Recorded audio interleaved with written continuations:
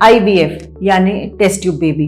तो infertility treatment के बाद अगर प्रेगनेंसी आती है तो जाहिर सी बात है कपल्स के मन में प्रेगनेंसी को लेकर बहुत चिंता होती है कि प्रेगनेंसी आगे कैसे बढ़ेगी, प्रेगनेंसी सेफ रहेगी, क्या मदर और बच्चा दोनों भी सेफ रहेंगे। तो ऐसे काफ़ी सारे क्वेश्चंस मन में आते हैं, काफ़ी सारे डाउट्स मन में आते हैं और हमें ऐसा क्या करना चाहिए जिससे कि प्रेगनेंसी हेल्दी रहे, या हमें ऐसा क्या करना चाहिए जिससे कि रिस्क कम हो। तो इस वीडियो के ज़रिए आज हम ऐसे ही कुछ चीज़ों के बारे में बात करेंगे। मैं doctor jasmine Salkar, clinical head and consultant reproductive medicine, Hegde fertility, Malakpet branch से। तो IVF से प्रेगनेंसी आने के बाद दोस्तों ये समझना बहुत ज़रूरी है कि अगर आपको किसी तरह की मेडिकल रिस्क नहीं है, तो अगर IVF से प्रेगनेंसी आती है और आपकी उम्र 35 के नीचे है, तो आपका जो प्रेगनेंसी का प्रोग्रेस है यानी प्रेगनेंसी का कोर्स है वो पूरी तरह से एक नेचुरल प्रेगनेंसी आने के बाद जैसा होता है वो और IVF प्रेगनेंसी का सेम होता है। हाँ, ऐसी कुछ महिलाएं जिनकी उम्र ज़्यादा हो यानी 35 से ज़्यादा हो, खासकर 40 से अगर ज़्यादा हो, और अगर कुछ लोगों में पहले से कुछ मेडिकल डिसऑर्डर्स हो, मेडिकल प्रॉब्लम्स हो, तो इन लोगों में थोड़ी रिस्क ज़्यादा होती है। लेकिन अगर आप अपना अच्छी तरह से ध्यान रखें तो ये रिस्क भी कम कर सकते हैं। बहुत ज़रूरी है ये समझना कि एक हेल्दी प्रेगनेंसी होने के लिए, चाहे अब वो नेचुरली आए, IUI से आए या IVF से आए, डाइट पे बहुत अच्छे से फोकस करना है। तो एक हेल्दी डाइट कंज्यूम करना जिसमें कि एडिक्वेट मात्रा में कैलोरीज हो यानी कार्बोहाइड्रेट्स हो, एडिक्वेट मात्रा में प्रोटीन्स हो, एडिक्वेट मात्रा में फैट्स हो, तो ऐसा एक बैलेंस डाइट लेना बहुत ज़रूरी है। और साथ ही साथ प्रेगनेंसी के दौरान आप रेस्ट भी अच्छे से करें। IVF प्रेगनेंसी में बेड रेस्ट कंपलसरी नहीं होता, ज़रूरी नहीं है कि हर महिलाओं को कंप्लीट बेड रेस्ट करना पड़े।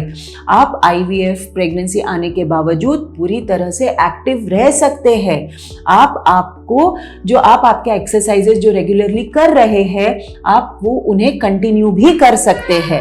हाँ, कुछ महिलाओं में अगर कुछ सैक को लेकर प्रॉब्लम हो, यूट्रस को लेकर प्रॉब्लम हो, या कुछ मेडिकल रीजंस हो जिसकी वजह से आपके डॉक्टर आपको कहे कि फिजिकल एक्टिविटी कम करें, तो ऐसे सिचुएशंस में आप आपके डॉक्टर की सलाह लेकर आपका रेस्ट आप प्लान कर सकते हैं।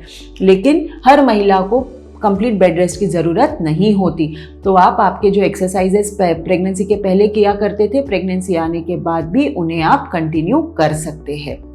और प्रेगनेंसी के दौरान एडिक्वेट रेस्ट लेना मतलब एक टोटल 7 to 8 आवर्स की अच्छी नींद रात में होनी चाहिए और दोपहर में एटलीस्ट 1 आवर का एक रेस्ट होना चाहिए। तो एक एडिक्वेट रेस्ट लेना भी प्रेगनेंसी के दौरान बहुत ज़रूरी है। साथ ही साथ जब IVF प्रेगनेंसी होती है तो आपको फर्स्ट 3 मंथ्स के लिए कुछ हार्मोनल सपोर्ट दिया जाता है। तो इन दवाइयों को टाइम से लेना भी बहुत ज़रूरी है। तो आप अपने मेडिकेशंस भी बराबर टाइम पे लेते रहे, किसी तरह का कोई स्ट्रेस ना ले। तो आप अगर ऐसे कुछ प्रिकॉशंस फॉलो करें तो आपको IVF प्रेगनेंसी के बारे में डरने की बात नहीं है। अगर आपका एज 35 ईयर्स के नीचे है और कोई मेडिकल प्रॉब्लम्स नहीं है तो आपकी प्रेगनेंसी पूरी तरह से सेफ हो सकती है। हाँ, साथ ही साथ लेकिन जिनमें मेडिकल प्रॉब्लम्स है उनमें अपना BP, शुगर, थायराइड, ये सब चीज़ें अच्छे से कंट्रोल करने के लिए जो दवाइयाँ डॉक्टर देते हैं इसे भी टाइम से लेना ज़रूरी है।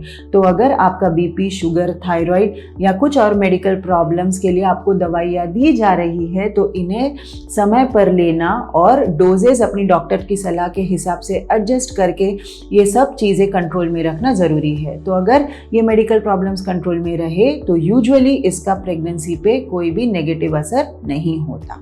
तो दोस्तों, IVF प्रेगनेंसी होने पर घबराइए नहीं और अपना अच्छे से पूरी तरह ध्यान रखिए। धन्यवाद।